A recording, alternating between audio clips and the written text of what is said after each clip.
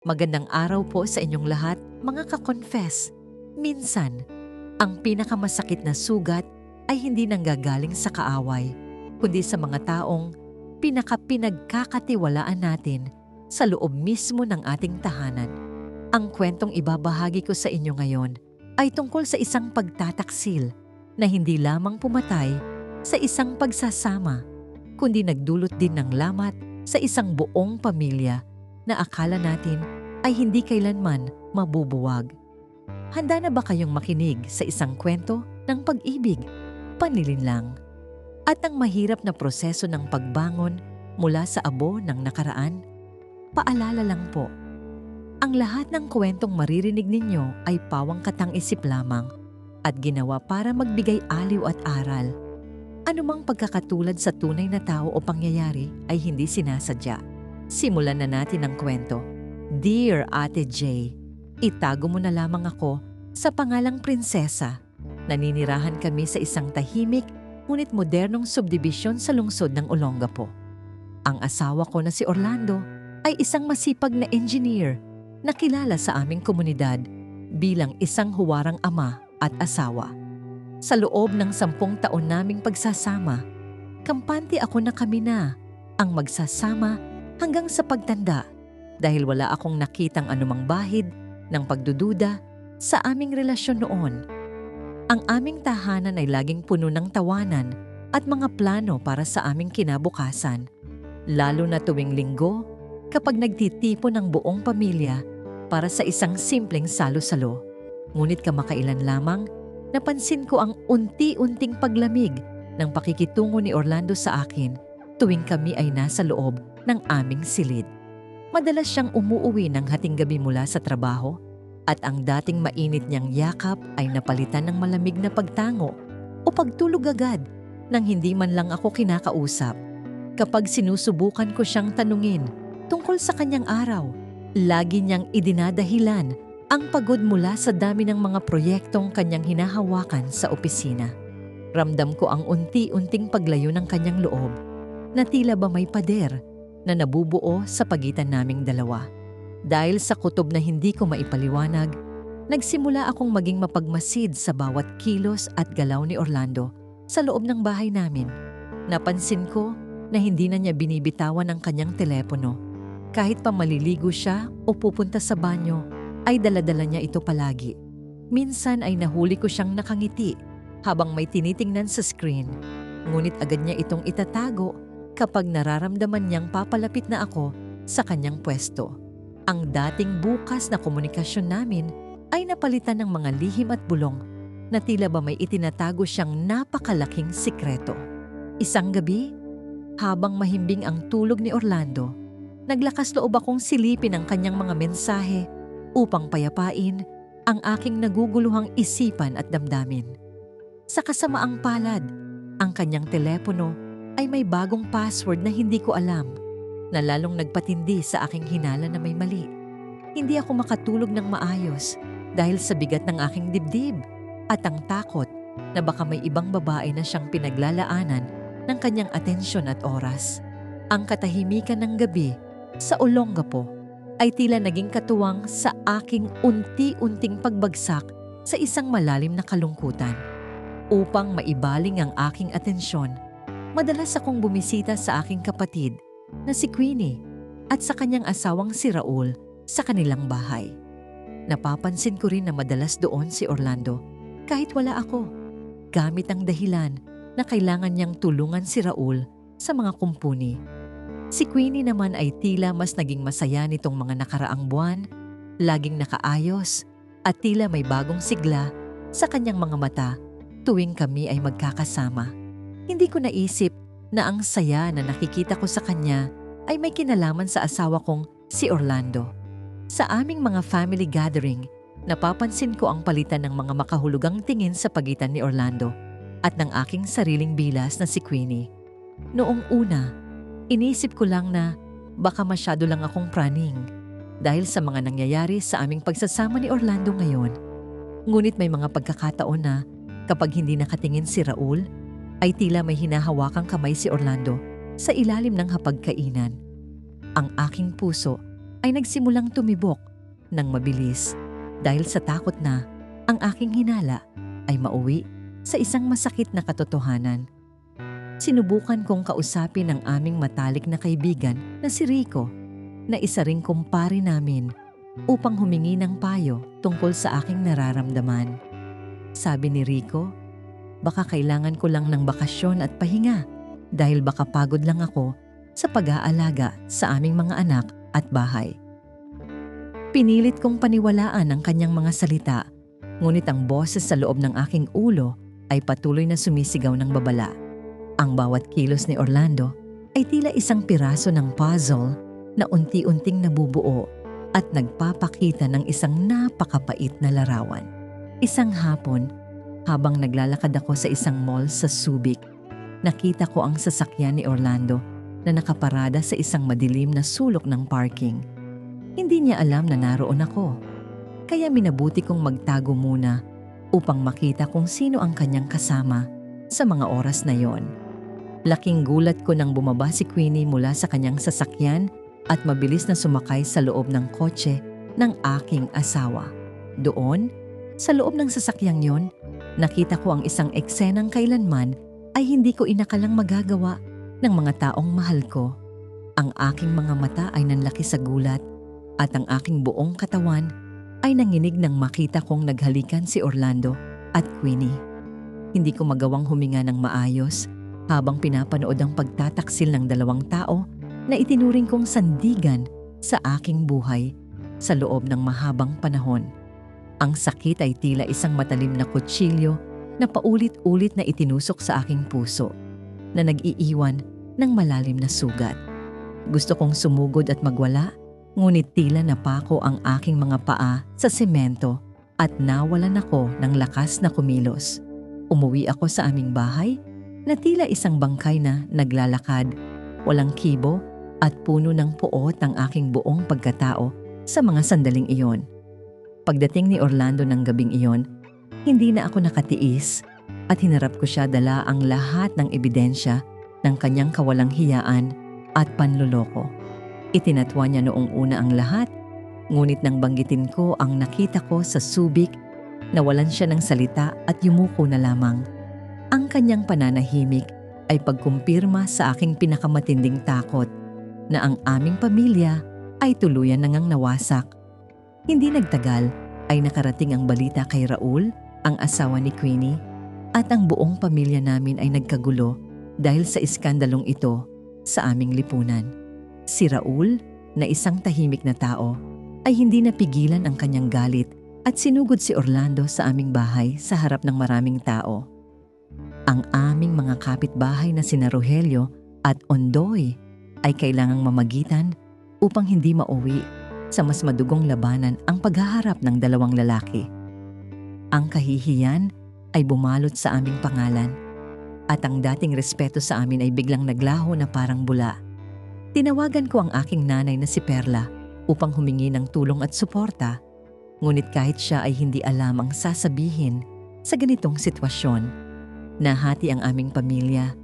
May mga kumampi kay Queenie at may mga naawa sa akin na lalong nagpahirap sa aming kalagayan bilang magkakapatid. Ang aming mga anak ay naging biktima rin ng kaguluhang ito dahil hindi na nila alam kung sino ang dapat nilang paniwalaan at sundin. Ang masayang tahanan na aming binuo sa loob ng maraming taon ay naging isang madilim na lugar ng pait. Nagpasya si Queenie na umalis muna sa kanilang bahay at tumira sa isang maliit na apartment sa Pampanga upang takasan ng galit ni Raul. Doon, patuloy pa rin pala ang pakikipagkita ni Orlando sa kanya, na tila ba wala silang pakialam sa mga taong nasasaktan nila sa paligid. Nang malaman ko ito, naramdaman ko ang isang uri ng galit na hindi ko akalaing kaya kong maramdaman sa buong buhay ko. Ang pagtataksil nila ay hindi lamang isang pagkakamali, kundi isang sadyang pagwasak sa lahat ng bagay na mahalaga sa akin. Sinubukan kong ayusin ang aking sarili para sa aking mga anak, ngunit bawat sulok ng aming bahay ay nagpapaalala sa akin ng panloloko ni Orlando. Ang bawat gamit, bawat larawan, at bawat alaala ay tila naging lason na unti-unting pumapatay sa aking spirito at pagnanais na mabuhay pa. Naitanong ko sa sarili ko kung saan ako nagkulang bilang asawa at kapatid para gawin nila sa akin ang ganitong klaseng kalupitan. Ang gabi-gabi kong pag-iyak ay tila walang katapusan at ang dilim ay naging tanging kaibigan ko sa mga oras na yon. Kinausap ako ni Quentin, ang aming panganay na anak, at tinanong kung bakit kailangang magkawatak-watak ang aming pamilya dahil sa mga maling desisyon ng matatanda. Ang kanyang mga tanong ay tila mga bala na tumatago sa aking puso dahil wala akong maibigay na sapat na sagot sa kanyang murang isipan. Napagtanto ko na ang pinsalang idinulot ni na Orlando at Queenie ay hindi lamang pansamantala, kundi mag-iiwan ng permanenteng marka sa aming lahat. Kailangan kong maging matatag, hindi para kay Orlando, kundi para sa kinabukasan ng aking mga anak. Sa gitna ng kaguluhan, nakatanggap ako ng sulat mula kay Orlando na humihingi ng tawad at nagnanais na bumalik sa aming piling para magbagong buhay muli. Ngunit ang tiwala na minsan nang nawala ay hindi na basta-basta maibabalik ng kahit anong salita o pangako ng pagbabago mula sa kanya. Alam ko sa aking sarili na ang pananatili sa isang relasyong puno ng kasinungalingan ay lalong sisira sa aking pagkatao at dangal bilang babae. Kailangan kong gumawa ng isang mabigat na desisyon para sa aking sariling kapayapaan at kaligtasan. Matapos ang ilang buwan ng pagmumuni-muni, nagpasya akong iwanan ng aming bahay sa Olongapo at lumipat sa isang tahimik na bayan sa Rizal. Kasama ang aking mga anak, sinimulan naming buuin ang aming buhay na malayo sa mapanghusgang mata ng mga tao at sa sakit ng nakaraan. Nagtayo ako ng isang maliit na negosyo ng mga kakanin at pastries na unti-unting nakilala sa aming bagong komunidad dahil sa sarap nito. Ang pagtatrabaho ng husto ay naging paraan ko upang makalimot at ituon ang aking lakas sa mga bagay na positibo. Hindi naging madali ang unang ilang buwan dahil madalas pa ring sumagi sa aking isipan ang mga alaala ng pagtataksil ni na Orlando at Queenie. Ngunit sa tulong ng aking bagong kaibigan na si Rhea, unti-unti kong natutunang tanggapin na ang nangyari ay bahagi na ng aking kasaysayan. Tinuruan ako ni Rhea na hindi dapat dumedepende ang aking kaligayahan sa ibang tao. Lalo na sa mga taong hindi marunong magpahalaga. Ang bawat araw na lumilipas ay naging pagkakataon para sa akin na mas kilalanin ang aking sarili at ang aking kakayahan. Samantala, nabalitaan ko na si Orlando at Queenie ay hindi rin nagkatuluyan dahil sa dami ng problemang kinaharap nila bilang magkasama sa gitna ng iskandalo. Ang kanilang relasyon na itinayo sa ibabaw ng kasinungalingan ay gumuho rin ng ang pagsisisi at sumbat ay nagsimulang mamayani sa kanilang dalawa. Nabalitaan ko na si Orlando ay sinusubukang makipag-ugnayan sa amin muli. Ngunit nanatiling matatag ang aking pasya na huwag na siyang pabalikin sa buhay ko. Ang pinto na minsan niyang isinara sa pamamagitan ng pagtataksil ay mananatiling nakasara para sa kanyang muling pagpasok. Si Raul naman ay unti-unti na ring nakakabangon at nakahanap ng bagong pag-asa sa kanyang buhay sa pamamagitan ng pagtutuon sa kanyang trabaho at anak. Nagkausap kami minsan at nagkasundong patawarin ng isa't isa, hindi dahil sa tama ang ginawa nila, kundi para sa aming sariling katahimikan. Ang pagpapatawad ay hindi nangangahulugan ng pagkalimot, kundi ang pagpili na huwag nang hayaan ng galit na kontrolin ang aming hinaharap. Ang aming pamilya ay maaring wasak na, ngunit ang aming individual na pagkatao ay maari pa ring maging buo. Sa paglipas ng panahon, napansin ko ang pagbabago sa aking mga anak. Mas naging masaya sila at mas bukas sa pakikipag-usap tungkol sa kanilang nararamdaman. Ang aming bagong tahanan sa Rizal ay napuno ng bagong pag-asa at mga pangarap na hindi na nakabatay sa presensya ng isang taong nanakit sa amin.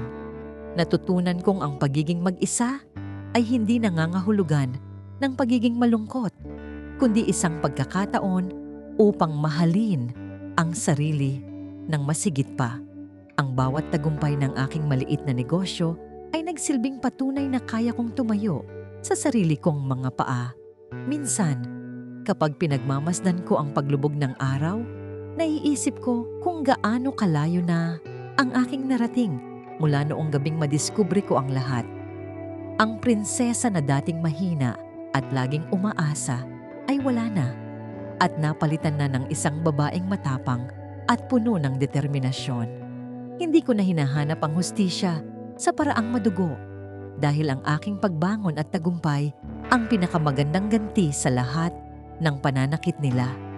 Ang bawat lamat sa aking puso ay naging dekorasyon na nagpapakita ng aking katatagan sa gitna ng pinakamalakas na bagyo.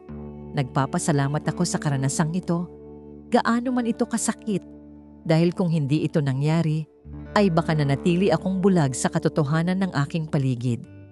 Ngayon, mas marunong na akong pumili ng mga taong dapat kong pagkatiwalaan at mas pinahahalagahan ko ang bawat sandali ng katahimikan.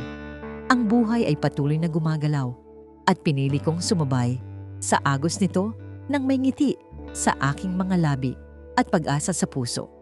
Ang aking kwento ay hindi na tungkol sa pagtataksil, kundi tungkol sa muling pagkabuo ng isang nawasak na pamilya. Sa huli, napatunayan ko na ang tunay na pamilya ay hindi lamang nakabase sa dugo, kundi sa pagmamahalan, katapatan, at suporta na ibinibigay sa bawat isa. Bagamat nawala ang asawa ko at ang ilang bahagi ng aking pamilya, nakahanap naman ako ng bagong komunidad na tunay na nagmamahal sa akin. Handa na akong harapin ang anumang hamon na darating, bitbit ang mga aral na natutunan ko sa mapait na nakaraan. Ako si Prinsesa at ito ang aking kwento ng pag-ibig, pagkakanulo at ang aking matagumpay na muling pagbangon. At yan ang kwento ni Prinsesa, isang lihim na minsan ay mahirap itago, pero sa huli ay nagbigay ng aral at katotohanan sa kanyang puso. Mga ka-confess, dito na nagtatapos ang ating kwento. Maraming salamat sa inyong pakikinig at pagsama sa amin mula simula hanggang dulo. Sana ay may napulot kayong aral, inspirasyon, o kahit konting saya sa ating ibinahaging kwento ngayon. Kung nagustuhan ninyo ang kwentong ito, huwag kalimutang i-like, i-share, at higit sa lahat ay mag-subscribe dito sa aming YouTube channel na Tagalog Wild Confession para sa mas marami pang kwentong kapanapanabik, nakakakilig at minsan ay nakakagulat. At huwag din kalimutang i-follow ang aming Facebook page na Tagalog Wild Confession para lagi kayong updated sa mga bagong uploads at kwentuhan. Hanggang sa susunod nating kwentong Tagalog Wild Confession, ingat kayo palagi, mga ka-confess.